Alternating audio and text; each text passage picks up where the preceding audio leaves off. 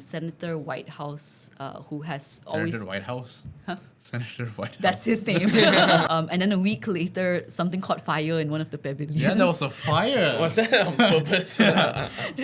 What went down there?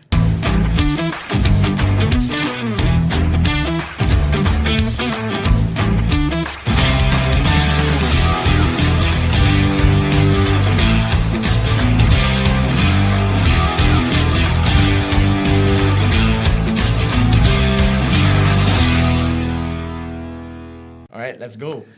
Hi everyone, welcome back to another episode of the Terra podcast, where we bring climate clarity through stories and voices of people who shape sustainability in Malaysia and beyond. Hi everyone, I'm Saw. I'm in the biomass power plant sector where we sell power plants to corporate industrial customers. And obviously, I'm an environmentalist myself. Joining here today, I have my co-host Kavin. Hello everyone, I'm Kavin Raj, the co-host for the Terra podcast. I'm a biologist by trade. I think as you've seen in our previous episode, I've been in cave and karst conservation. Pretty interesting one. Yeah, interesting one. If you haven't checked that out, check that out. It's a pretty interesting episode with Zari's Cam. Currently championing the ESG cause in a way through education. I'm very passionate about education to be doing that. But today, we have another guest on our list, and I think this is a bit of a special. It's a privilege to have you actually here, Samantha Ho, because she's just arrived fresh from Belém, Brazil, and from the COP30 session. Maybe over to you, Sam, to perhaps introduce yourself a bit. Okay. Thank you. I think it's a privilege for me to be here back in KL. To have you here.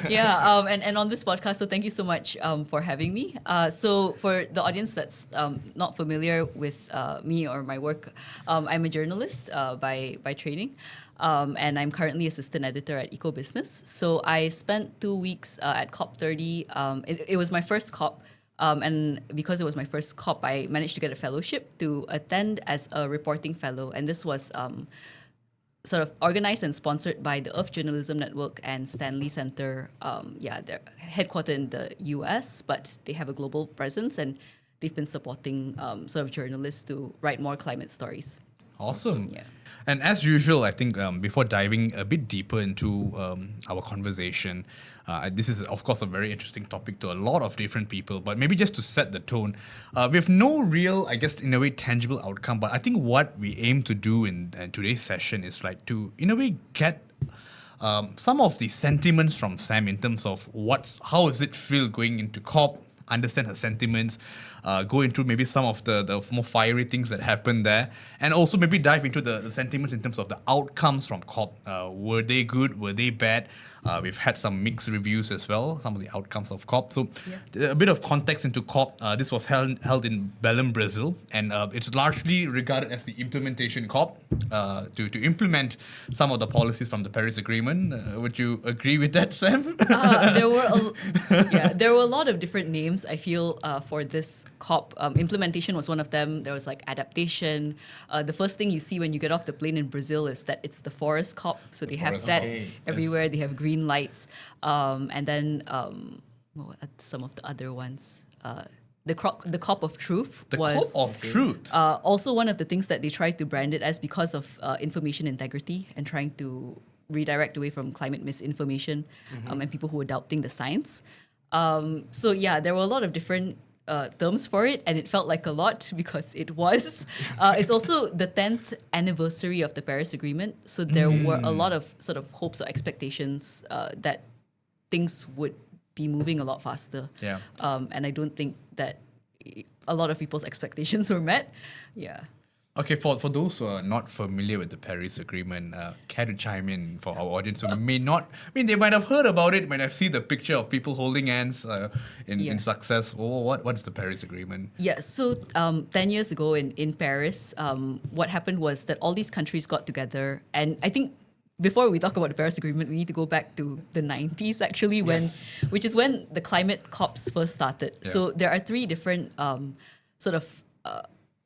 topics that countries agreed to focus on to address environmental issues and climate change. So the issue of climate change is one, desertification is another one.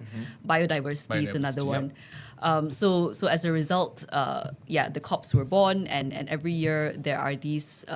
Every year or every few years, there are these 3 different conferences that happen where countries get together. And the unique thing about this process is that under this specific agreement, countries all get 1 vote per country. So it's not like a majority votes, and things are supposed to be based on consensus. So it's not like everybody votes and then there's a minority that disagrees and they get left out of the conversation. No, everybody's supposed to agree to the same thing, which is why when the Paris Agreement happened, it was considered very remarkable that all the countries came together and they actually said, like, we all agree that climate change is happening and it's a bad thing, and we should all individually as countries decide to do something about it. Right. And then it made it a requirement basically for governments to all do something about it. Yeah. Awesome. I think to put it into perspective, right? What COP is to a lot of people might not know what COP is, right? I mean, the first time I heard of Sam is through Kavin, like I mentioned. So COP is an event held every year where people all around the world come together to speak about one thing, which is the planet. And I'm always so intrigued about this. I always want to find out more, okay, people who actually been on the ground, been to these kind of events, what is the significance of these kind of events, and what do people actually talk about, and how does that actually move the needle when it comes to sustainability, right? Because, you know, there's all talk in the media. Does it actually help move something all around the world? Yeah, so I'm going to start with the first part of your question, which is like there are a lot of people who are there. Okay. What they're all doing there is a different question, right? Because like you might have seen headlines about COP30 about how there's a record number of people from fossil fuel companies, oil and gas companies, right? And then, you know, in the end, in the final agreement, there was no explicit mention of fossil fuels. All there was like sort of reference to what was agreed 2 years ago in Dubai. And people said that, you know, because there's so much fossil fuel lobbyists, they're sort of trying to keep that out of the agreement. Okay. So that's one of the many negatives. There were also, because, you know, we were in Brazil, a lot of agribusinesses, I think meat or cattle farming companies. And at the same time, a lot of these parties came in as either official like sponsors of certain things, or they would get these special badges from the governments themselves to come in as speakers at their little side events. Yep. But the crux of COP, which is what the process is supposed to be about, is actually government negotiators going there to talk about this international agreement and what countries can do. So the presence of, you know, corporates or whoever is sort of like in a way to influence them. But it's not all, I would say, negative influence, because you have a lot of scientists and people who are experts in their field who also come in and act as like the technical and scientific advisors, right? This year in Brazil, I think it was quite special that the Brazilian government itself was very supportive of indigenous peoples being there. So there was a very large indigenous population. People said that it wasn't enough in the official venue space, but I feel like every time you stepped out or you went, you know, to what is called the green zone, which is it's a COP term, but it's like a separate from the official venue, but you know, it's open to the public. You would see these spaces full of locals who live in Belém and who live in the Amazon and who are there to sort of talk about their culture or share their culture. And these are all the different people at COP. The second part of your question was about like what do they actually achieve? Sorry about two-part questions. No, because you can imagine that because there are so many different groups of people with different interests, everyone's trying to achieve something different. So there's the main part of the negotiations, and I think because people know that there's a lot of media attention, right? Like journalists are going to be there and cover things. So they want to announce things that are hopeful or progressive. So you get like environment ministers who might not be able to achieve things within the negotiating process, but they can do things with other like-minded countries. So the best example I can think of from COP30 is the transition away from fossil fuels. Right. I think led by Colombia and also the Netherlands, like at least 20 odd countries got together and said, we're going to make this a priority for our countries, and we're going to have a conference next year. And I think South Korea decided to announce that they were going to transition away from coal, and they did that with the UK minister and I think another country. So there, outside of the official negotiations, there's still these wins that people are trying to announce and to promote. Okay. Yeah. Okay. Thank you for that. I don't know if that answers the question. Yeah, I mean, it does. But I was just curious from a different lens, right? I think most of our audience are, I think, in a way, we've tailored this platform to be catered towards Southeast Asian audience. Would you be able to, in a way, articulate like what decisions from COP30 in a way influence us here in Southeast Asia or even in Malaysia?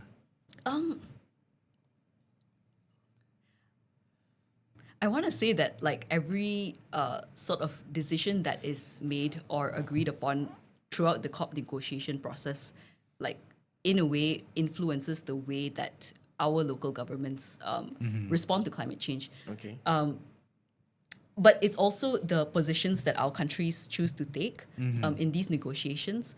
I think it was, maybe if you'd expected like a country like Malaysia or Indonesia that produces and exports fossil fuels to be part of this fossil fuel The lobbies. Yes. to be on maybe the right side. The right side. Even how you look, the right side is. I mean, okay. Yeah. So to be fair, we have economic interests, right? Yeah. And That's an eloquent way to put it. So we are definitely going to be negotiating in a certain way in terms of this, and we saw this in the case of not even fossil fuels, in the case of carbon markets, where it was reported, and I need to be clear that the media is not allowed in all of these negotiating rooms. Oh, okay. Right? So a lot of things we hear from observers who are like NGOs who are allowed to be there just to observe. They're not allowed to like So take media part. is not allowed. I didn't know that. So we're only allowed in the official sort of plenary sessions where they make the announcements. the closed door Yes, discussions. there are a lot of closed door discussions that happen throughout the event, and you just wait at the side for somebody that you Interesting. recognize. Does something get lost in translation from Yeah, I the was room? just thinking that too. So the thing is, within those closed door negotiating rooms is where there are stuff that might be put forth that you might not want to be on the record because that's not like something that that is going to be set in stone in the official document. And countries want to show that they have agreed to something and they have set a consensus, right? And every presidency wants to say like, okay, all the countries came together and we all managed to agree on this one thing. And I think not just to the countries, but even to the NGOs that I spoke to, they are very protective of that agreement and that consensus, because that sort of, how do I put this? It sort of stops us from just dissolving into chaos and disagreements, right? And the risk of, I think, actually, the risk of that was very clear in the closing plenary, because you had countries like, I think, Argentina and Panama who came up and were very upset with certain things in the final text. And then it got to a point where they questioned the procedure, and the COP president decided to suspend the plenary because things were getting very heated, and he didn't want it to be a collapse of the process. So I think that's also what they want to try to prevent from being the headline by having these closed door meetings. I'm going to go a bit big picture now, right? I've heard a lot of some complaints, qualms about the outcomes of COP30. This is strongly your opinion and your opinion only, right? You've been there. I think it's fair to get your opinion on this. In your, I guess, in your opinion, was it a successful COP? If yes, why? If no, why not? Successful. I guess diplomatic answer is that it depends on what you don't have to be considered- diplomatic here. You're not representing any organization. You're presenting yourself. I think that certain things were successful. The one that I've written about actually is people participation, because this was the COP where Largest attended. within the first 1 or 2 days, the largest block of countries, which is called the G77 and China, I think there's like 130 something countries in it. They said, we want this thing called the Just Transition Mechanism to be included and to be established. And that actually was something that, because so many countries were behind, there was no reason to say no to. What it is, and this is sort of maybe like an issue with the COP process, was that 2 years ago, they said that, okay, we need to consider that when we make climate decisions, we got to take into account like the disabled, indigenous peoples, vulnerable people who might not usually be in positions of government or corporate leadership to have their voices heard. And 2 years ago, this was just like okay, we will consider it, but not really we don't really have a mechanism or anything. So they called it a work program. And that was supposed to expire after this year. And then the countries were like, no, we need this to continue being a part of the conversation. So they established that. So to me, I feel like that's a success. And a lot of civil society, if you ask them, they would be like, yes, that's something that was good that came out of the process. But at the same time, a lot of countries also said we should have seen stronger language on fossil fuels and against deforestation. And that's something that actually the Brazil president and environment minister were pushing for as well. Because of the location as well, right?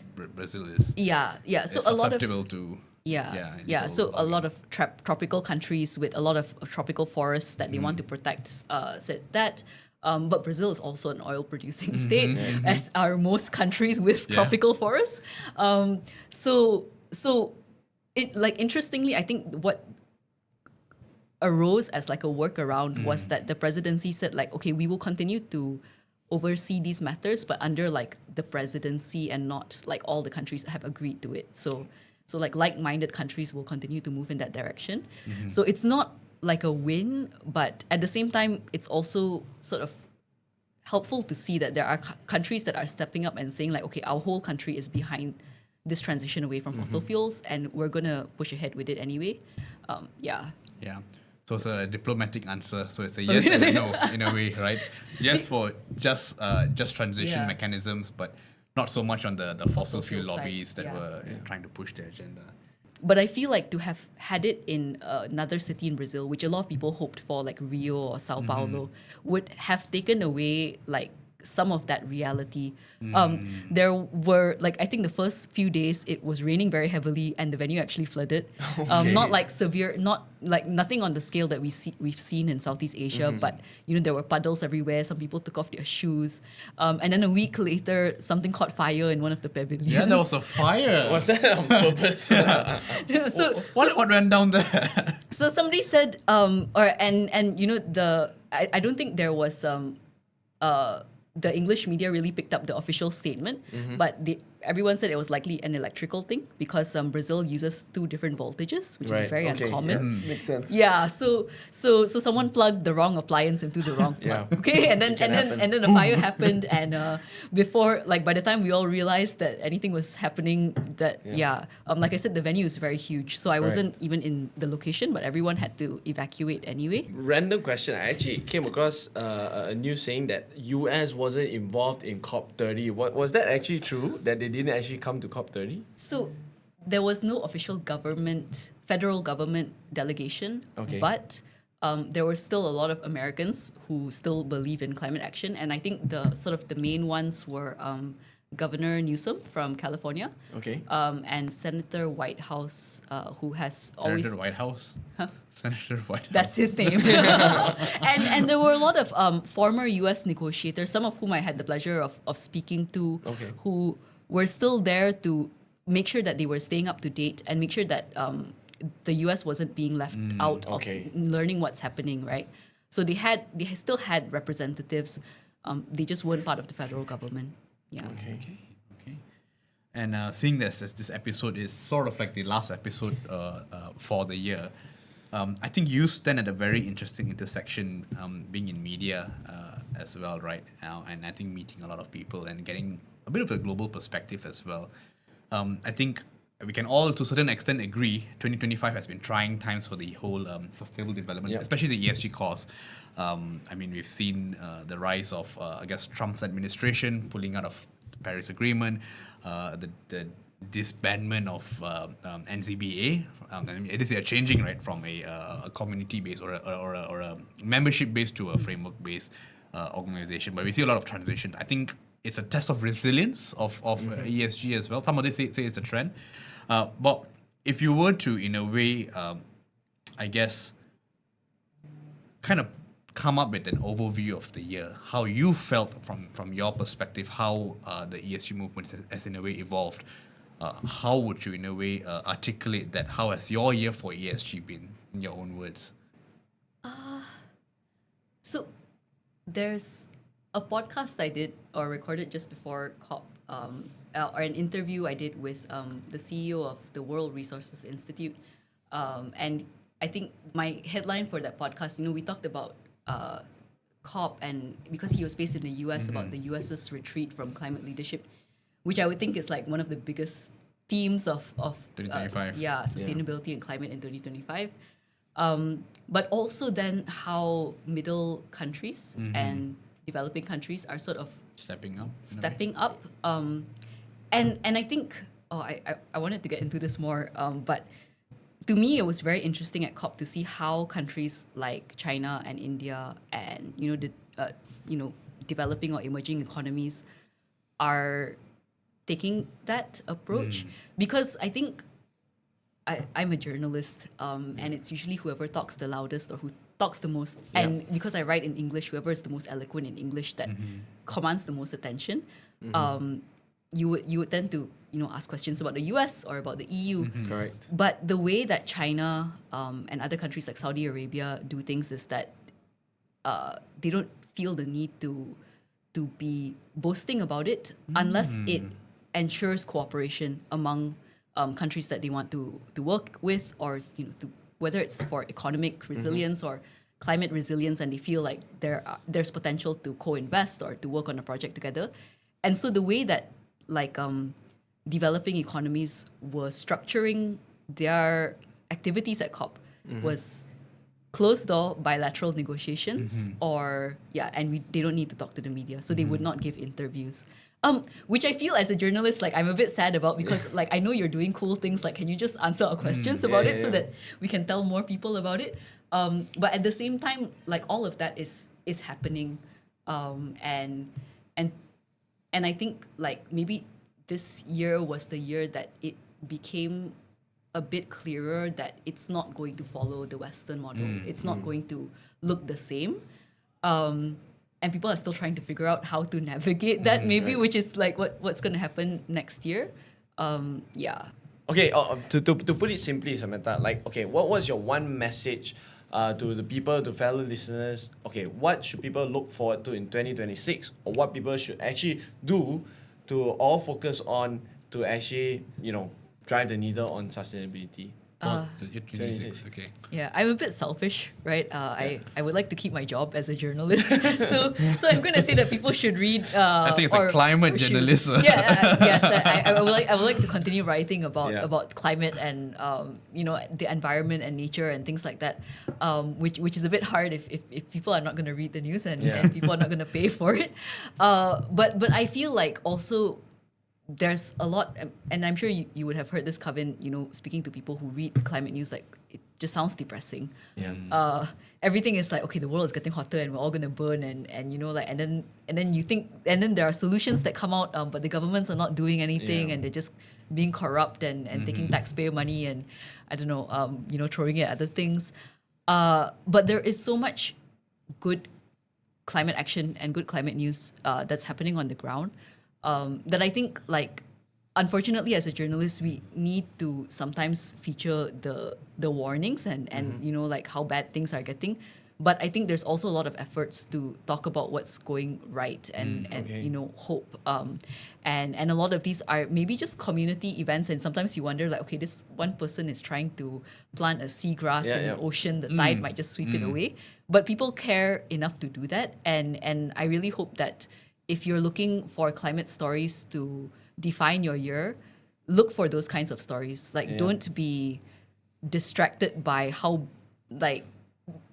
much at a global level, or if you're sweating more every day, then there are always places where there are more trees growing. Or you turn on the AC. Vicious cycle.